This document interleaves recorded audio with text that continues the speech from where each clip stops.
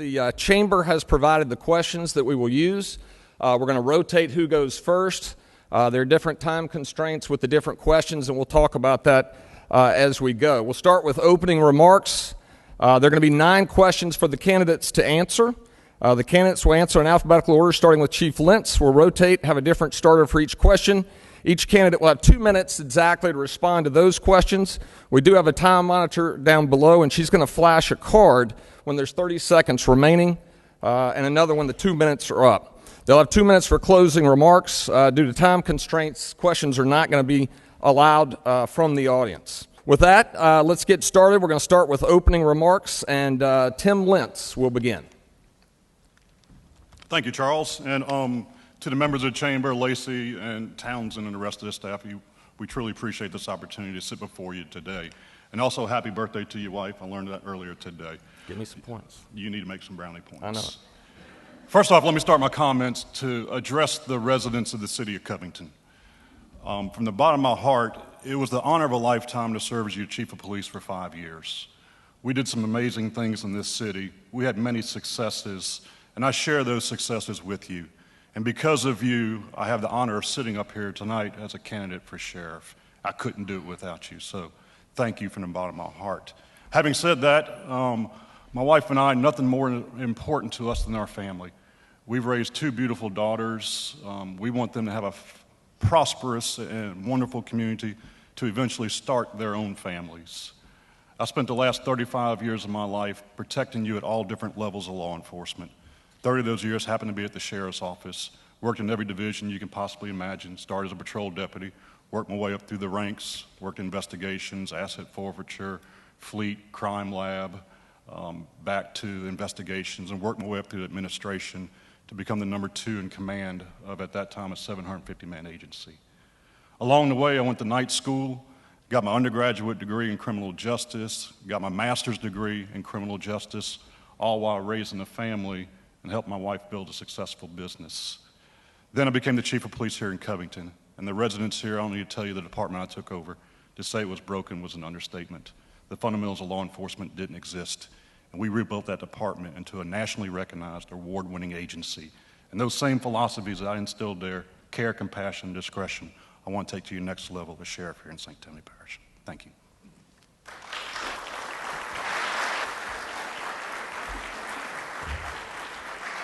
Up next, Mr. Randy Smith. Welcome, ladies and gentlemen. Thanks for coming out tonight. If you didn't care about this election, you wouldn't be here. So thank you. Thank the chamber for having us. I'm Sheriff Randy Smith. I'm 54 years old. I started my career in law enforcement at the age of 21 as a reserve deputy. I worked at fairs, festivals, and parades at no cost, giving back to the community I grew up in.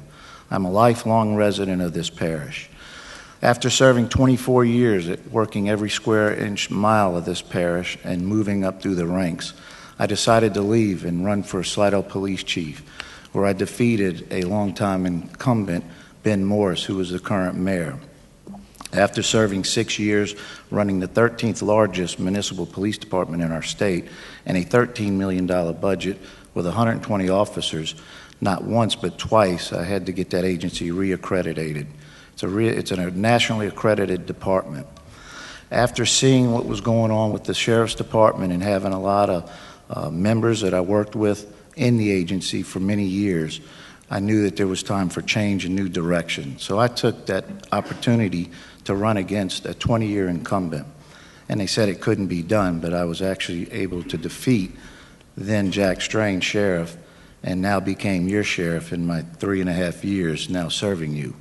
Since taking office, I've worked closely with our auditors to balance a budget and have received 3 years in a row a National Budget Award. I will continue to serve the citizens of this parish and provide the best quality of public safety possible. I have cut over $26 million in wasteful spending. I've reduced the 800 staff down to just over 700.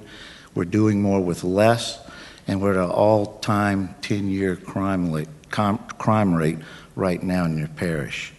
Our solve rate is one of the highest, running 85%, which is 35% above the national average. Thank you for being here. I'm Sheriff Randy Smith, and I look forward to serving you another 4 years. Thank you. And now we'll hear from Nick Tranchina. Oh, is it on? How about now? There you go. I'm getting better at that stuff. Look, I'm Nick Tranchina. I am very honored to be sitting in front of you guys tonight as a candidate for sheriff. I'm new to politics, but I'm not new to service. I am a Marine vet. Started after I graduated from Covington High School, joined the Marine Corps, came home, and decided I want to be a law enforcement professional. And I've been very fortunate to serve the community in that capacity for many, many years. I started off with the Mandeville Police Department, and as a young man, it seemed like it was a great idea to start at that level. And at some point, I decided I wanted to be a little bit more. I wanted to be involved more in the community. The sheriff's office was growing, it was getting bigger, and I wanted to be a part of that. So for the last 17 years, I went in and I served in that in many, many different roles, from patrol, narcotics, investigations, SWAT, dive bomb. I can't jump and run quite as fast as I once did, but I was very proud of those things and being involved in the community in critical incidents across the parish all the time. My platform is simple. Reform, rebuild, restore. I tell everybody it's not a punchline. We started back 3.5 years ago hoping to see some reform inside of the sheriff's office, to see improvements, and we talk about a lot of things, and it sounds like it's healthy, but it's not. I'm talking about restoring the trust back to the community. I'm talking about restoring the operations back to a good operational standard that people can trust us every day in our capacity as law enforcement officials. I'm proud of what we've accomplished so far on the campaign trail, and again, I'm very new to this part of it, but it doesn't make me the guy that's the most unqualified. It just means that I'm learning the political atmosphere along the way. I want to be your representative, and I hope on October 12th you give me the opportunity and you vote for me. Thank you.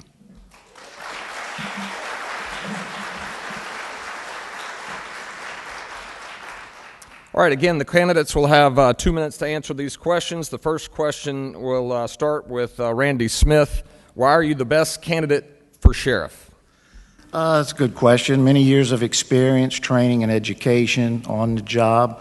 I've proven that I am a good leader. Successful, low crime rate is what I bring. I bring morale up in the agency. Building trust with the community, that's very important. We've seen a black cloud over our parish with public corruption.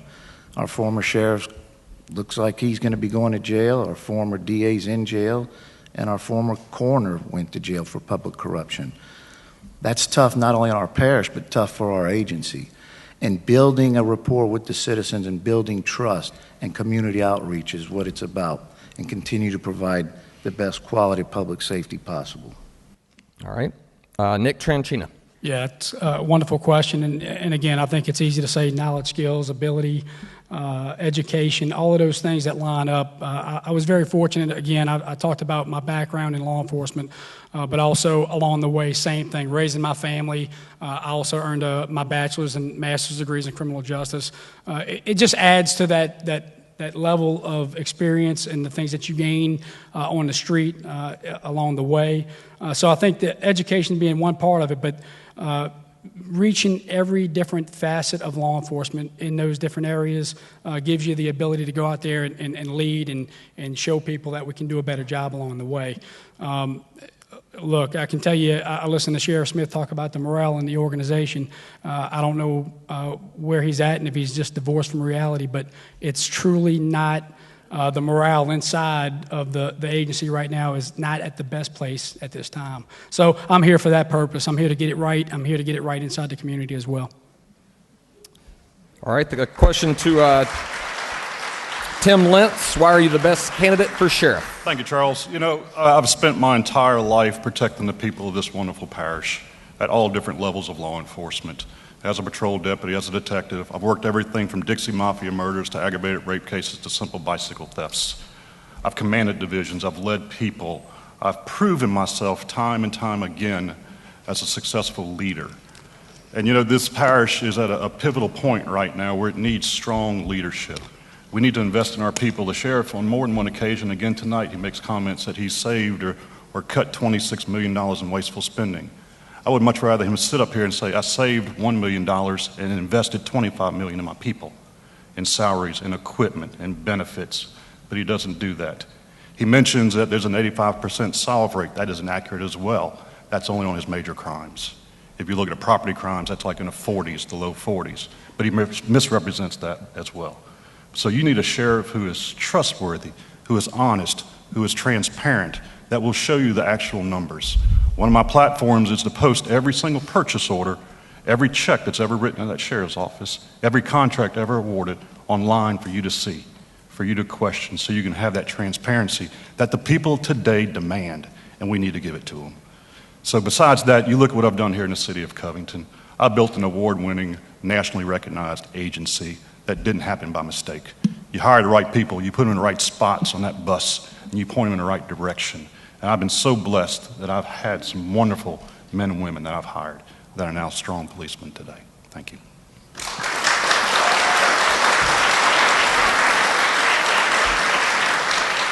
All right, for the next question, it'll start with Nick Tranchina. The question, if elected, what are the top 3 priorities for your term?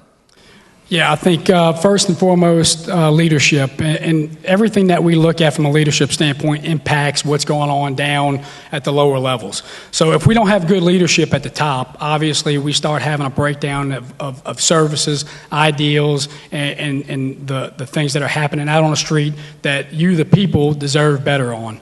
So leadership, first and foremost, is probably what needs to be addressed. And you got to have a qualified team up front. You surround yourself with the right people. You surround yourself with people who have a great vision for the future in mind, not taking a step back by reducing the size of the department, not taking a step back by essentially charging the taxpayers more money and then claiming to save $26 million. I don't think that is progressive at all. So leadership, and then the next thing would be looking at our programs. I think across the board, we're involved in people's lives day in and day out, and you know we should be. We try to help, but we also don't want to impose our will on the community along the way. We want to get out there and we want to help you with the problems that you have, and we don't want to just get into the point of telling you what to do, but we want to help you. We want to assist you. So our programs become very important. So you monitor the community policing aspect of it and make sure that it's true, build the trust and the foundation that's associated around that, and improve that aspect of all programs inside the organization. And lastly, education for the deputies.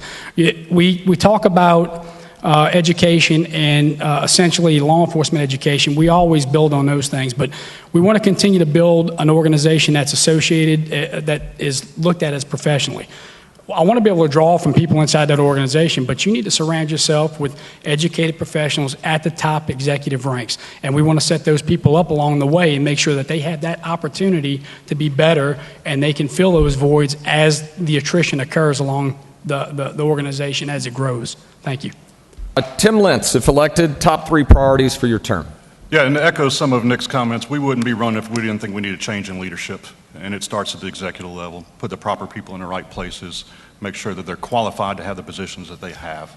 That's in any given agency when you take it over. But more importantly to me, a couple aspects I'd like to tackle immediately is one, to look at our current jail. The voters last year spoke very loudly, not once, not twice, but 3 different times, and defeated a sales tax that would bring about $10 million to the parish jail.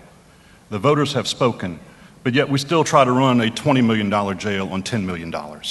I propose cutting the jail in half, get out of DOC business and get back to a parish prison and run a $10 million jail on a $10 million budget. When you do that, you reduce your liabilities, you reduce your workforce, and you save money at the end of the day. It's simple economics. And then third, one aspect that I think is so important in our community is tackling the opioid crisis.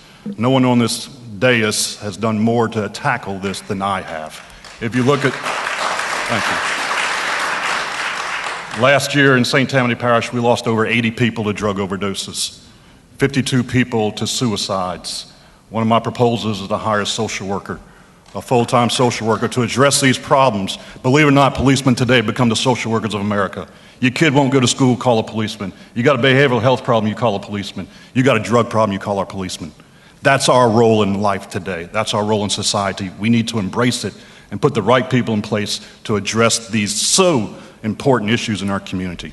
If you look at the success of Operation Angel, I brought that here to St. Tammany Parish, where you give addicts a second chance at life. They can simply walk in and say, I need help, and we find treatment for them versus putting it in jail. It works, it's successful, and I want to put that on steroids as your next sheriff. Randy Smith, if elected, top 3 priorities for the term. Continue to combat the war on drugs. Opioids did take the lives of overdoses. We had 82 people overdose last year. Operation Angel is a thing of the past. It is a good program. We bought into it, and it was a good program for a while. But people are still overdosing at a high rate number, not only in St. Tammany, but across our country. I will continue to combat the war on drugs with our St. Tammany Parish Sheriff's Office Task Force, working with the state police and our federal partners. Number 2 would be the crisis intervention program that I started. People in this parish and throughout the world have issues with crisis and mental health issues. And we created a team to deal with those issues and get people help instead of putting them in jail. The jail is running absolutely fine right now, and we are under budget, under the $20 million because of the cuts I've had to make. Just signed a $2.9 million grant with the DOC, Department of Corrections, to continue to provide programs for reentry for all our DOC inmates. Housing those inmates bring in money. If I cut that jail in half, I would have to lay off 110 people, because currently I have 220 people working at jail, and I don't want to do that. Those are some of the main priorities and safety concerns that we have. And the other safety issue that I worry about is our deputy safety, and provide them with the best equipment that I can purchase for them to not only do the job successfully, do the job effectively, but most importantly, do it safely. And I will continue to do that and have done that. Thank you.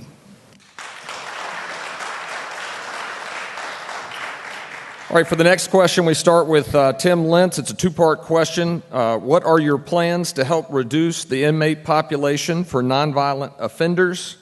And what type of rehabilitation programs will you institute to reduce recidivism? I'm a criminologist by education. All that means is we study theories of crime, why people commit crime. One of the theories we often talk about is called a labeling theory. We're all assigned labels in our lives, many labels we're proud of: husband, father, police chief. But when you get assigned that label as a convicted drug offender or convicted offender, no matter what charge, that label will follow you for the rest of your life, unfortunately, and you'll have long-term consequences. So that's one of the beauties about Operation Angel, is you address those people before they get into the criminal justice system to give them an opportunity to not have that label assigned to them. And don't get me wrong, our justice system, our criminal justice system, our courts, they do a wonderful job with specialty courts. There's behavioral health court, there's drug court, there's sobriety court, family court, all these specialty courts, veterans court. But what has to happen to get one of those courts? You got to get arrested. So let's address it up on the front end. Let's put programs in place to address problems and not respond to them. That's unfortunately what law enforcement has done throughout our careers, is we just respond to a house. We don't find out what's going on, why we keep going back to the same house. So put the people in place, those social workers I mentioned earlier, that can address these problems, give the people the help they need to keep them out of the criminal justice system to do exactly what you're talking about. Next is Randy Smith. What are your plans to reduce the inmate population for nonviolent offenders? What type of rehabilitation programs will you institute to reduce recidivism? And we've begun to do that with these programs that we've initiated. The programs are set for nonviolent offenders so that they don't reoffend. We train them for their reentry back to society so that they don't reoffend and cost taxpayers money, which reduces the amount of incarcerated individuals we have in our jail. These programs in specialty courts work. We're working closely with the DA's office and the judges that are over these specialty courts. We want to get people help, but sometimes they're going to be arrested for committing a crime. That's why the crisis intervention team and all my deputies are now trained in first aid, mental health, to use resources that are available to get them help. The Safe Haven project should be up and running next year, which will give us another location and a resource to bring people to for treatment, not just putting handcuffs on them and throwing them in our parish jail. So we've begun these programs. Another way is to screen. Within 3 hours of every arrest that's made that comes into our jail, they're screened through medical and for mental health issues, behavioral health issues. But depending on the screen, that's how we determine what type of detox they need immediately, what type of medical treatment and medicines, and also if they qualify for a specialty court. And it's working. We've had not one issue since I took office as sheriff, and especially after I changed our medical staff and hired an outside medical provider that's the largest accredited company that provides medical service for jails across our country. It's working. We're reducing the amount of liability, and we're reducing the amount of additional injuries to these inmates. Nick Tranchina, what are your plans to help reduce the inmate population for nonviolent offenders? What type of rehabilitation programs will you institute to reduce recidivism? Yeah, I think, when I listen to some of the answers across the board here, I find it very interesting. I think what you need to remember is, from a law enforcement perspective, where we become most effective is our in-process and out-process. We're a law enforcement organization, ladies and gentlemen. We arrest people. We hold people accountable at the street level. We hold people accountable for day-to-day activities. So our our highest impact is how we in-process and how we out-process people inside that jail. Look, I have talked to more people across this parish who complained about the fact that it took them forever to get a family member out. They had the money available. They were able to get the bond, but the process was a very slow and cumbersome process. We can improve there, because what we need to remember is this: we're holding up the family as well. They want their family member back. It's our responsibility to get back out there and get them back with the family and allow that to occur. Look, as far as the different programs, I make no apology to say that I've spent my life trying to protect the people inside this parish. I think Operation Angel is a very well-suited program on the judicial side. I've said that a million times, and I've always commended Tim for that effort moving forward. But the fact of the matter is, it muddies the water in what law enforcement does every day. We have a job to do. We allow those men and women on the street to do their job without confusing them of what their expectations are day in and day out. Do we help people? Absolutely. Do we direct them to the right resources? Absolutely. Every time, that's exactly what we're supposed to do, and give them those assistance and give them that assistance on the street when somebody calls upon us. But the fact of the matter is, the program itself, if you apply national standards and national averages, now, on an average, 10% of the population is on some type of illicit drug or narcotic. I'm going above and beyond on that. Apply that to St. Tammany, that's 25,000 people. We're reaching less than 1/10 of 1%. It takes proactiveness to go out there and stop the problems on the street. Thank you. All right, we'll start with Randy Smith with this question. How are you going to address drug issues, including opiate and meth crimes in St. Tammany? We're going to continue to combat the war on drugs here in St. Tammany. Proactive approach. We're going to work with other agencies, our municipal agencies. We have a great relationship with them. Our narcotics task force is running. We work with the DEA, our federal partners. The biggest partner we're working with right now is the state police, where we can actually go up and do wiretaps and catch these drug dealers. Now, this is a different question. We talked about drugs in our community and opioids, but this is now going to the dealer. Anybody who's transporting or selling drugs through or in our parish and dealing drugs with the kids, I don't care if it's street level or if it's a larger level, we're going to attack that. If you call and you give us a tip, we're going to follow up on it. And we've been very successful. I don't care where in this parish. We will run you down, we will catch you, and we will put you in jail. It's simple. Too many people are dying on these drugs. And if we can prove that you supplied drugs that killed somebody, an overdose, we're going to charge you with a homicide. We've done it, we'll continue to do it, and we have to stay vigilant and stay proactive in dealing with the dealers that are dealing drugs in our community. Now goes to Nick Tranchina, address the drug issues, including opiate and meth crimes in St. Tammany. Yeah, I think I'm just going to expand off of what I was already previously talking about. I think from a proactive standpoint, if you're not proactive in the community, you essentially let the problem overrun us. You can't wait for the problem to show up at your doorstep to say, let us help. You have to let your cops go out there and do the job, and they have to trust the administration that is sitting there that they can go out there and do it well.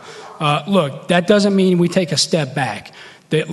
Discretion has always existed out at the street level. Look, I know plenty of law enforcement professionals that know when they come across somebody who has a real issue and they can help a family member, they're going to help those family members, and they're going to direct them and put them in the right places and help them get to the right spot. Does that mean sometimes it's jail? It is. But at that point, it's an accountability thing. You put them in the accountable role. At that point, the courts then help the family direct them to different and special programs that at that point holds them accountable to the system and to the process. And you know what? There's been plenty of success stories as a result of that. But just ignoring the problems up front, you cannot just ignore that problem. You got to be proactive. You got to be diligent. You got to come up with new ways and new ideas to attack the opioid crisis and the drug problem. Opioids are the big topic right now, but all drugs are an issue out on the streets. So you just can't put one tag on it. Allow the cops to go out there and do their job. Expand your task force operations. Allow the undercover operations to step up and say, look, we're targeting the source, not necessarily just the end user of the drugs. If you do that type of stuff, you disrupt the drug activity. And by disrupting the drug activity, they become a little less available, at least in our area, for a short time until somebody else shows up. Then it becomes our goal and our opportunity at that point to step up and get the next person.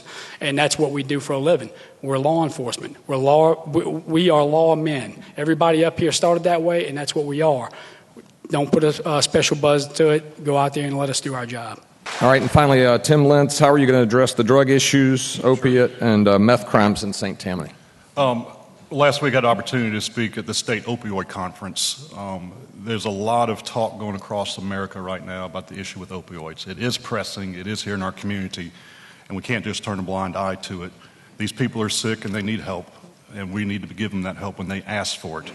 I mean, when they ask for it, when they walk into our agency, it's not a decision an officer has to make on the side of the street. This is a volunteer program. They walk in and say, I need help, and we find treatment for them. But I commanded a narcotics division for 6 years, and quite honestly, I'll tell you, that's probably the best 6 years of my career. We did some creative things when we were trying to tackle the drug dealers in our community. Technology has made this a little more difficult than it used to be when we were doing it decades ago. You don't have the street dealers like you used to. They're now texting, dropping, and we need to be one step ahead of them. Use technology to our advances to make sure that we can intercept those drugs before it gets into the hands of our loved ones. But more importantly, we need to do a better job at sharing information.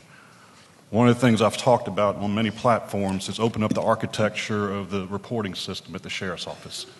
Being the chief of police in the city of Covington, my office was right across the street from the sheriff's office. But if I wanted to find out if they had an outstanding warrant on somebody, I had to call them up and they'd fax that warrant over to us. That can't be done in today's technology. I should be able to know if the sheriff's office stopped an individual outside the city of Covington last night and I'm dealing with him today. We should communicate better. We should have those relationships in place, get rid of these fiefdoms, and share information to where we're successful fighting a crime on all levels, not just department by department by department. And also to partner with all of our alphabet police, DEA, FBI, whatever it might be, ATF, and bring them to the table and work closely with them because they have unlimited resources. For this question, we'll start with Nick Tranchina. How will you cut waste in the budget? Will you be able to reduce the size and spending of the Sheriff's Department without hurting public safety?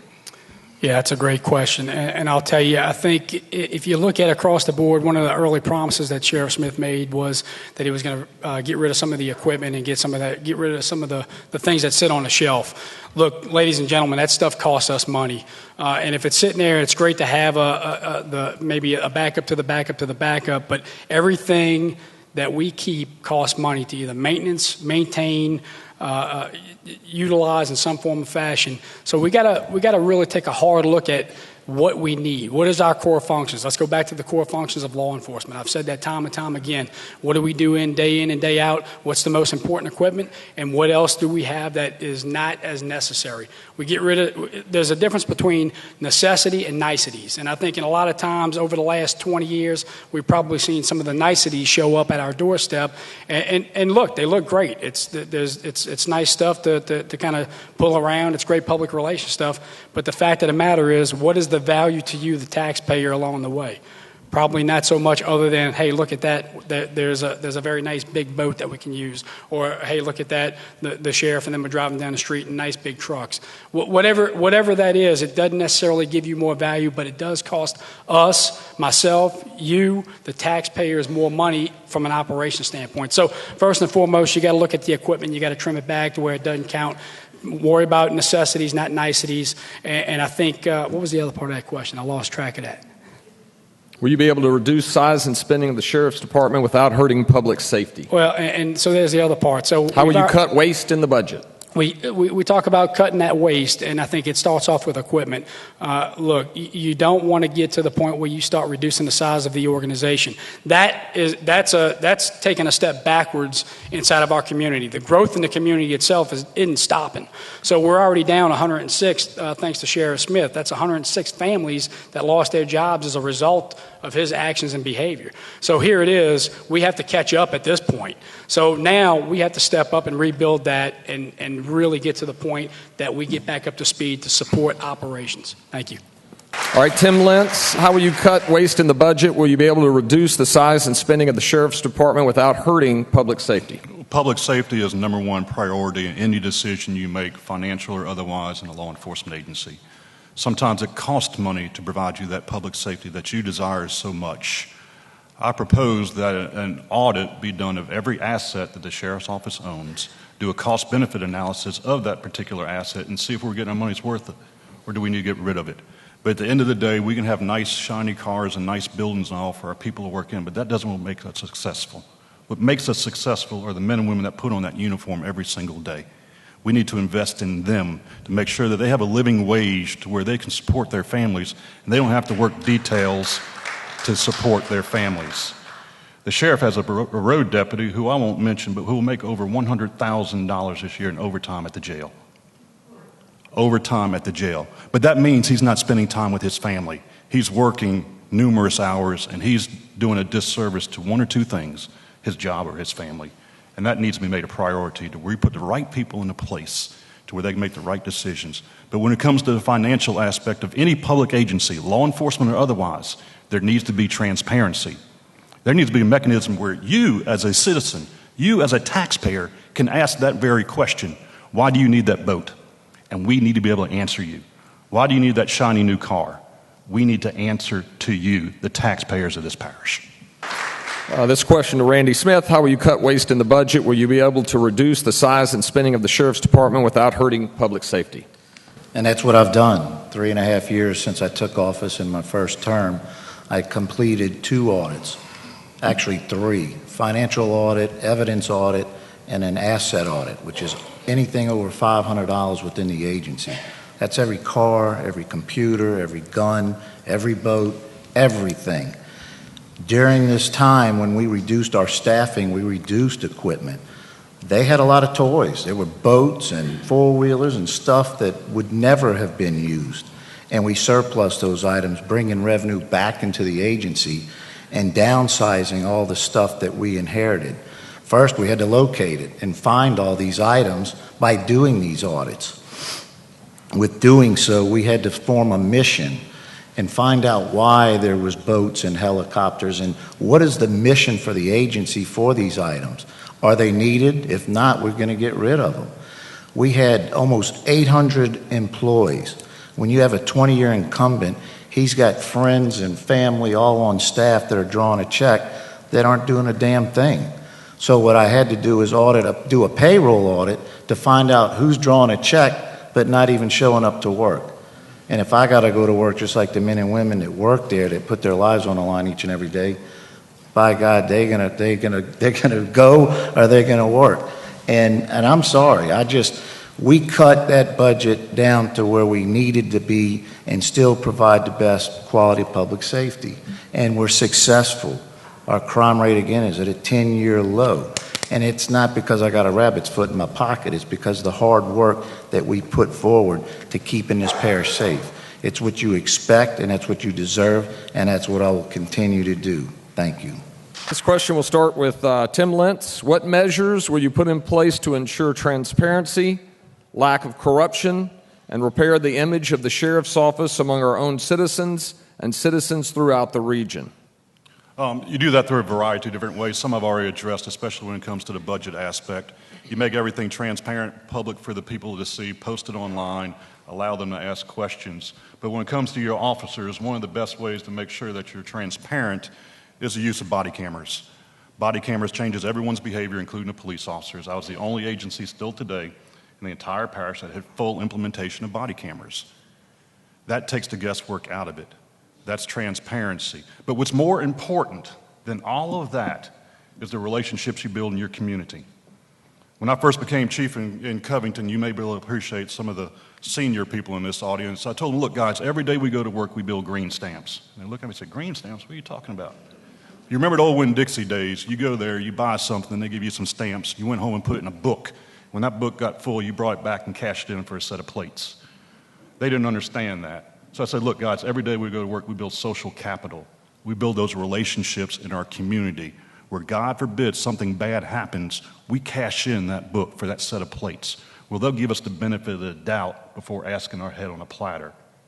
It's all about building relationships in your community. When you do that, when you're transparent, when you answer their questions, no matter how difficult it is, whether it's from John Q. Citizen or the victim of a crime, you have those open and honest conversations with them, and you don't hide a thing.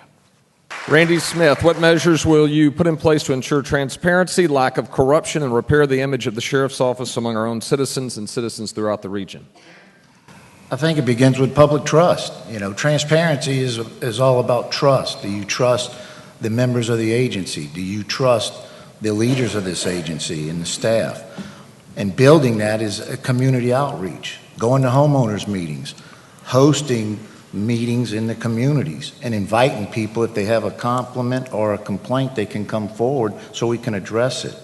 And since taking office, we've had less complaints, and now we get nothing but compliments on our deputies.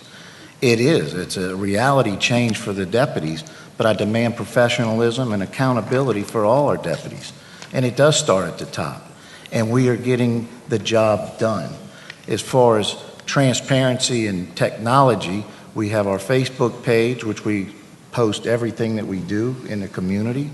We recreated and designed our website, which all our budget information and our spending is available to anybody who wants to pull it up and review it.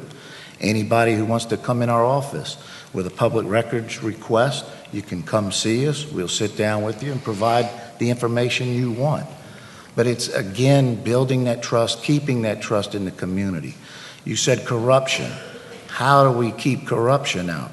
Well, that too starts at the top. We've had corruption in this agency, and now it's up to me to continue to fix it and build the community trust that you, again, expect and deserve. And we will continue to serve you as your sheriff. Thank you. Nick Tranchina, what measures will you put in place to ensure transparency, lack of corruption, and repair the image of the sheriff's office among our own citizens and citizens throughout the region? Yeah, wonderful question, and I'll tell you, what I've learned quickly along the campaign trail over the last year is transparency is the most overused word in politics, okay? So we all talk about it, but what's that really look like? What's it really mean to each and every one of us? Is it, do you want to see the work invoices? Do you want to see what deputies are getting paid? Do you want to see what the operations look like from day to day? It's really something quite different for each and every one of us. That's what really kind of makes it unique. But if you're going to put something in place, I propose bringing something in that we do over in the corporate sector. And I think what we call it is an information relay. We allow people to come in, just like this. Panel would sit up across the front, made up of very sheriff's executives, and somebody would moderate in very similar fashion, and you get to ask the questions of directly of the men and women who are leading that organization at the time. And oh, by the way, it's just not just the people. The deputies get to do the same thing. That gives us an opportunity to go ahead and figure out what we're getting right from a leadership perspective. Because I know every day we think we're perfect in the manner in which we lead and the way we do our business. But the fact of the matter is we can gain quite a bit from the young men and women who are serving us at the street level and become more informative on that side of it and make better decisions as the policymakers of the organization. So you start off right there by opening the doors in a variety of ways. And you know what? You can expand that out, not just in person, but you can be on Facebook. You can do a bunch of different things. Technology's been a wonderful thing for us, and we can continue to do that. But everybody talks about transparency. I'll tell you right now, I'm the first to open my door, and what I just explained is to implement it. And that includes me too as your sheriff. That includes me as somebody that's going to be accountable to you as a taxpayer of this great parish. You get to ask the hard question, and I've got to answer it, just like we have to do it now, but from an operational standpoint to make sure that we're getting it done. Thank you. All right, for the next 3 questions, we have 1 minute to respond. The next 2 questions, 1 minute to respond instead of 2. The first question is to Randy Smith. What role do you see your deputies playing in ICE-related immigration enforcement and enforcement of illegal aliens driving without a license or insurance? We're currently working with ICE. I just received $124,000 last week for equipment and the equipment we need to work with ICE and bringing in illegal immigrants in our parish. I have a highway enforcement unit we created under a grant, the COPS grant, which was $1.2 million, that pays for 9 deputies' salaries and benefits up to 3 years and at 75%, which has enabled me to create the crisis intervention team and the highway enforcement unit. Not only getting drugs and currency off the interstate and state highways in our parish, they're tracking illegal immigrants and human traffickers that travel our I-12 corridor, and they've been very successful. It's very important to continue those patrols and work with ICE, and also we detain at least up to 20 to 30 ICE immigrants in our jail, and we're reimbursed by the federal government for doing that. Nick Tranchina, what role do you see deputies playing in ICE-related immigration enforcement and enforcement of illegal aliens driving without a license or insurance? Wonderful question and hot-button topic question, by the way. It's the role of the federal government itself to focus in on illegal immigration. We are there to partner with those federal partners, and that's part of the job that we need to do. They come in, we can house them, we can utilize that. The enforcement actions, if we're requested from ICE to help them, then we can make that assist. I don't think it's a primary role and responsibility every day in our community, but if we encounter them, it's our job because they are here illegally. So at the end of it, we still have a responsibility to ensure that everybody here is legal. We have a responsibility here to ensure that everybody is not here in a fashion that they're going to hurt our community, our local community. And if we find that you're here illegally, we're going to detain you, and we're going to get ICE involved as a result, and we'll hold you until they ship you back to your home area of origin. Tim Lentz, what role do you see your deputies playing in an ICE-related immigration enforcement and enforcement of illegal aliens driving without a license or insurance? Sure. It's sort of a 2-part question. First, we will cooperate with all of our federal partners, no matter if it's ICE, FBI, DA, whoever. But I do not believe it's the role of a deputy sheriff to go out there and actively seek illegal aliens in our community. That's the role of our federal government. We will cooperate with them. If we come across them on a traffic stop or a call for service, that's different than actively going out there pursuing them. If they come through our jail through our normal screening process and we determine they're legal, absolutely fine. But it will be a mantra of mine to the officers that they do not go out there actively seeking these individuals. All right, again, 1 minute with this question. We'll start with Nick Tranchina. Considering the concern about traffic in St. Tammany, do you plan to put more officers on patrol in high traffic areas? Why or why not? That is the number one topic that everybody talks to me about, so it's not a surprise that that comes up. Yes, and look, I think it goes back to the manner in which we structure our districts. You'd be very surprised to know that you have to call, or a district commander has to call an operations group to ask for additional traffic support in their districts. I don't think that should be the case. I think if the commanders of those areas have the responsibility, then it's up to them to be able to have the personnel to go out there and target those spots that we're having problems in. Look, we want to keep the day moving. If there's accidents, if there's problems, we got to keep that stuff moving. We got to record the information and get everybody along their day.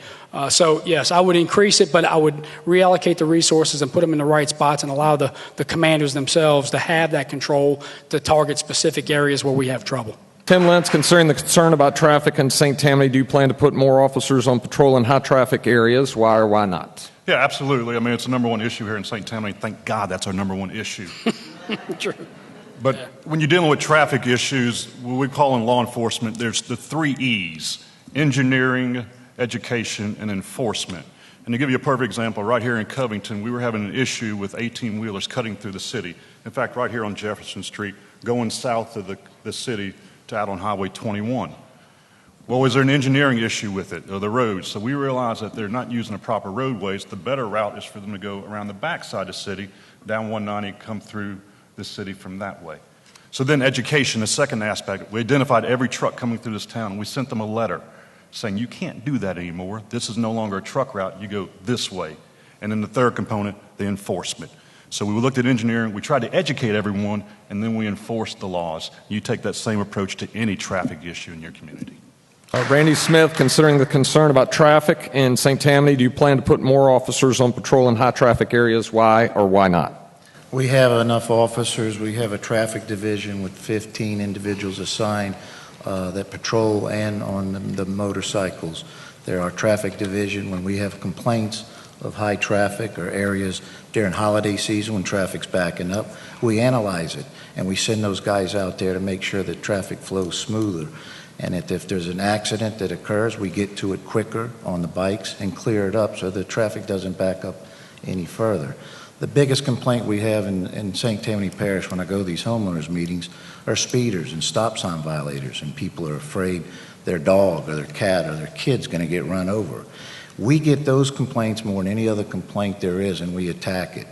I could put a patrol car out there running radar, and you may or may not know why he's there. If I put 2 or 3 of those bikes with radar and our new radar trailers we have on each end of the parish, you're going to slow down, and you're going to text your kids and your neighbors and say, hey, there's some patrol bikes in the neighborhood. That's proactive enforcement and putting them in the areas we need them. Even on 190 during the construction, we were sending the deputies out there to assist the state police so that there was no accidents that occurred in those areas. Going to be a little different now. 2 minutes to respond. We'll start with Tim and then Randy and then Nick. This time around, they get to ask their opponent a question, and the opponent will have 2 minutes to respond. So, Tim Lentz, if you can ask your opponents any question. This ought to be interesting. This ought to be interesting. If you can ask your opponents any question, what would it be? All right, I'll start with Sheriff Smith. Your political signs say public service, not politics. September 27th, 2018, just a week before I announced my candidacy for your office, you held a press conference highlighting 22 people that you arrested on drug charges inside the city limits of Covington. There were 88 additional arrests made on this roundup across the parish. You claimed you were asked by community leaders in June to intervene in the West 30s. Who were the community leaders that asked you to intervene? Why did you decide to hold a press conference and highlight only the 22 people you arrested inside the city of Covington and not the other 88 people across the parish? And why was nobody, including myself, invited to your press conference? Ooh. Ouch. Y'all can laugh now. I had several community leaders here in this city of Covington reach out to me. I had an email from you to my commander, Captain Chad Hardzog, asking for assistance in these areas because you had recently had a shooting, a stabbing, and a riot. So we did put some undercover guys in there at your request to assist and help. That's what led to those arrests. And the other arrest was a operation we were working on the east end of the parish in the Pearl River, which was a lot of individuals we arrested on an undercover operation for methamphetamine. And those that you're talking about in your own city were dealing drugs on the street corners, and I'll show you the email you sent Chad asking for us to help. Yeah, absolutely did, but you mentioned in your press release community leaders. Please name those community leaders. Some church folks that are in the area where these drug dealers Name are them, taking please. place. Pastor Young was one of them in the church area, some of the church leaders in that area. Okay. Yeah, thank you. All right, so now we'll move on to Randy. Randy, if you could ask your opponents any question, what would it be? I heard a commercial on the radio today that Tim mentioned something about he raised his kids here in St. Tammany Parish. Him and his wife grew up or live here, they have a home here, and a business, a successful business. My question is, where is that business located and why? In Ponchatoula, in Tangible Parish. We wanted to be a St. Tammany business owner so bad, but we couldn't work with the parish here. So we went to Tangible Parish and we opened up 8 years ago. The only question I have for Nick is what's your largest budget you've ever operated, and how many people have you supervised in your career at the sheriff's office? Great question, and I figured that came from you the last time this came up, so it's all good. It's all good. So look, I'm very fortunate to say that across my career I've been able to oversee some decent budgets, anywhere between $50,000 to $100,000 in the area of special operations and the bomb squad. I was responsible for about, maybe $750,000 of equipment as a result of my role that I played there as well. So that means I had to maintenance it, watch it, make sure it was updated, and do everything else. From a leadership perspective, I've been very fortunate. Look, I've supervised people on shifts, in training, in critical scenarios and incidents across this parish, something that I'm certain that you've never done. However, with that being said, I'm very proud of the fact that I've been able to give some of those younger deputies along the way a little bit of that knowledge and a little bit of that experience that I've been able to give. So I've done quite well. And here's the other part. I work for a Fortune 500 company who trusts me to make decisions. That's a $22 billion company, not a $64 million company that the sheriff's office is. And I make critical decisions for them every day. All right, Nick Tranchina, if you can ask your opponents any question, what would it be? Oh, wait, it's my turn. Yeah. Wow, man, I get a chance? That's awesome. So I've listened to Sheriff Smith along the way. I'll start off with Sheriff Smith, and I think it may be fine there. We'll see. We'll go from here. But you talked about audits, and you came in and you cleaned up everything, and you should know the operations pretty well. So I want you to tell me about the agreement that was between the Sheriff's Office and Covington PD to take care of the fleet for Covington PD. What was the agreement there that started probably with Sheriff Smith and Sheriff Strain and landed with you? It's a good question. When I took office as sheriff, we had complaints from our maintenance division. We were not getting as many trustees that we normally had because of the reentry programs that we created. And the chief then, Tim Lentz, was sending not one, not two, but several cars over to our maintenance shop needing repairs. And we don't mind helping an agency out, especially Covington, for general maintenance, oil changes, tires, whatever we can do to help, and sending the bill for. What was happening, his fleet was in bad shape, and we had at least 7 or 8 cars out there needing transmissions and motors and wrecked and body work, and I notified Tim basically saying, hey, we have our own fleet. We have several hundred cars and boats we have to deal with and maintain. And it's not fair to just do his agency and not Mandeville, Folsom, Slidell. I agree. So we made a decision. We were also doing all the maintenance and repairs on the DA's office cars. One, it's not fair to my employees, and it's not fair to the taxpayers that continue to pay the bill on maintaining all these other vehicles. But when you get into it's one thing to fix a fender or bumper on a car, but when these cars are coming in almost totaled and need motors and transmissions, and then it was tough getting reimbursed for the money it cost to do it. We sent out letters saying we were going to stop that, and we set up a maintenance schedule for our own to save money and keep our cars operating effectively, efficiently, and now more safely.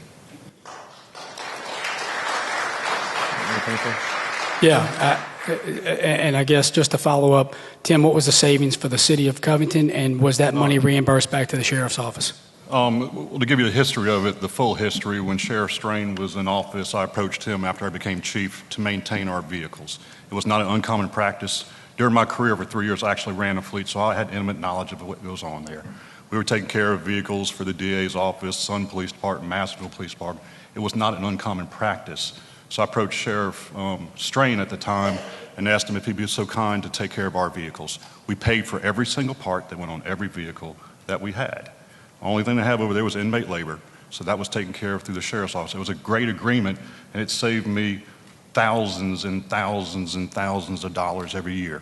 And shortly after Sheriff Smith was elected office, I saw his, I guess, number 3 at the time, Jeff Boehm, who assured me that after they would take office in July, that they would continue that practice. 3 weeks after they took office, I got a letter saying they would no longer take care of our vehicles, which cost, because it was the middle of my fiscal year, we were on a calendar year.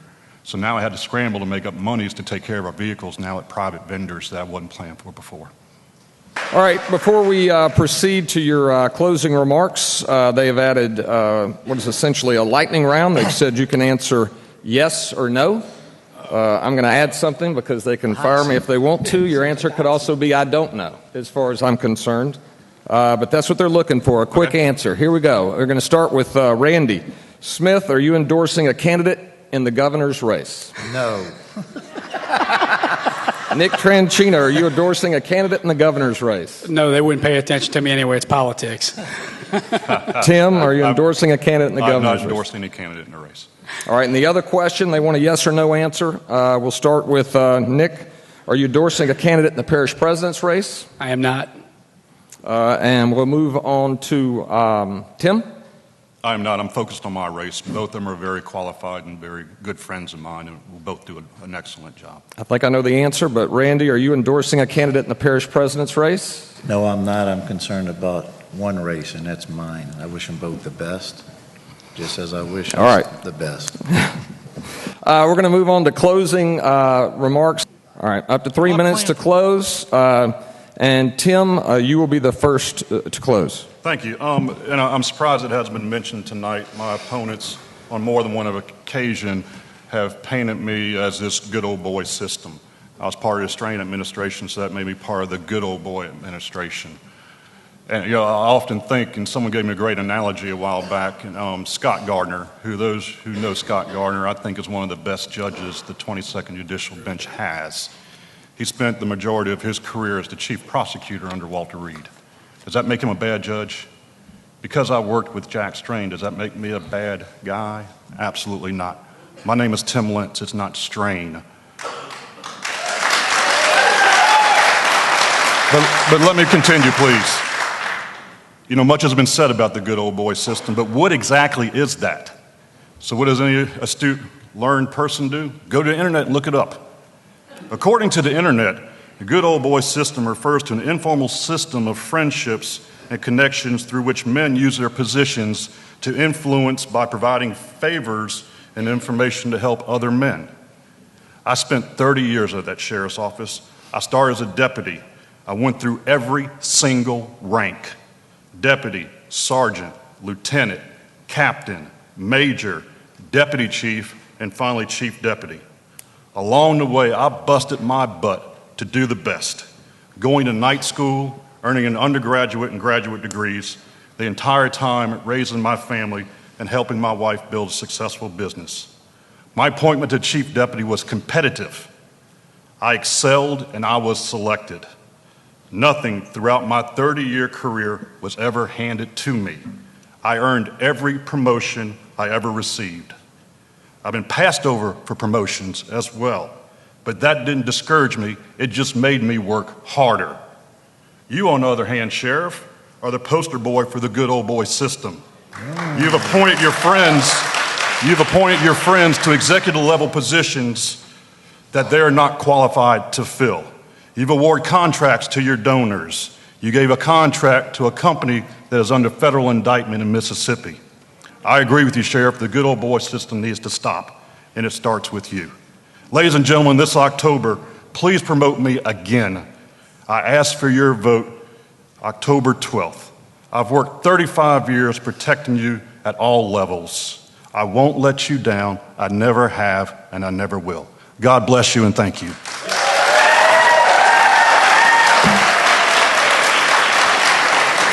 All right, closing remarks from Randy Smith. I'm in my 33rd year of law enforcement. I started too at the bottom and worked my way up through the ranks. I'm managing currently a $65 million budget. We have 702 deputy sheriffs sworn. We're the third largest agency, sheriff's office in the state of Louisiana. We're also the third largest employer here in St. Tammany, with the school board being first, auctioneers second, and then the sheriff's office. When I was elected, I inherited a mess. And I'm telling you, the good old boy system was in place. And it's not anymore, and we don't want it back.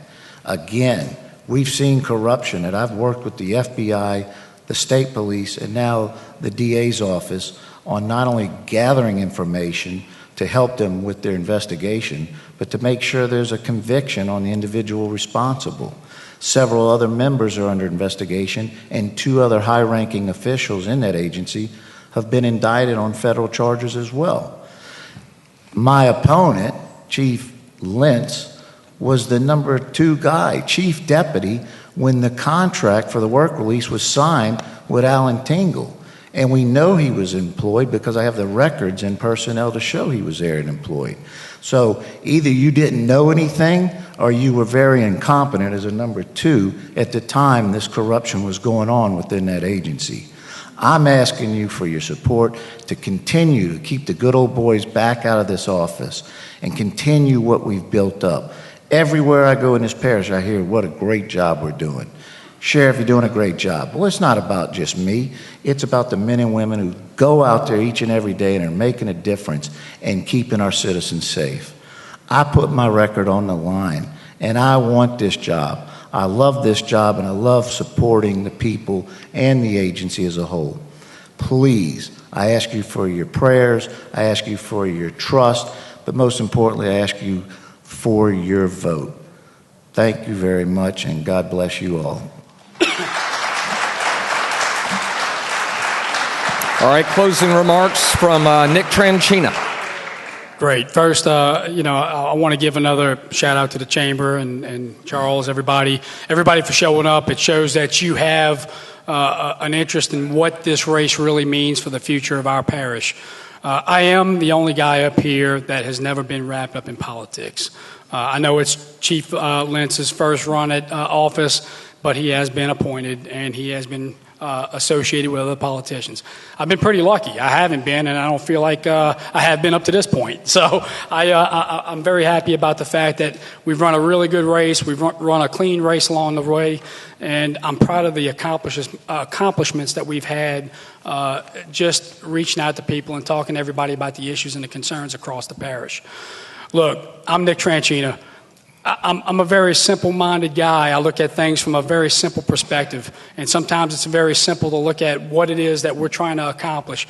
We're law enforcers, we're protectors of the community, and I give all of the men up here the props to say, look, we've all served our community for a long period of time, and I appreciate that.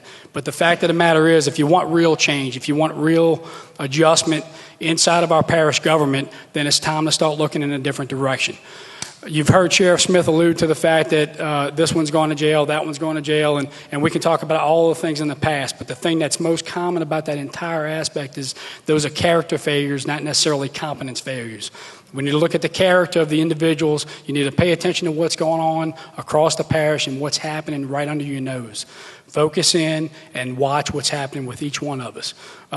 Look, I'm one of the guys that'll tell you that when I entered this race, I was very proud of the fact that I had a lot of people come to me and say, Nick, do this, go for it, give it a shot, and see what happens. I've enjoyed it. One of the greatest aspects of this entire race has been talking to you, the people, listening to the issues, listening to the concerns, what the future holds for the community. It's not just my vision, but I do have a vision for the future of the sheriff's office, and it's one that ensures that public protection is the primary concern for many years to come. We want our kids and we want our children to be protected long after we're gone. We want to be able to hand off the organization to good men and women along the way to make sure that your families are always going to be safe and safeguarded from bad people who are looking to do bad things. I'm very proud of my service. I served as a Marine. It was the benchmark for the leadership traits that I bring to the table. I served my community in the law enforcement profession in many different aspects, and I am proud of that. I went to school at night working a very difficult shift. I wasn't fortunate enough to sit in an office, but I was very fortunate enough to still get out in that car and serve my community and still get my schoolwork done at the same time.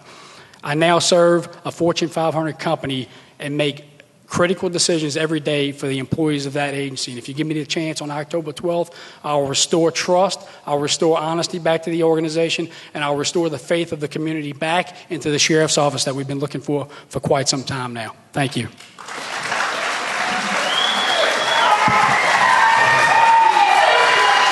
Okay. On behalf of our radio station, thank you for letting us be involved. I would like to say you got a great panel up here, a great group of people who have put themselves forward. They are all willing to serve. That takes courage, and I thank you all for being willing to do so. Good night.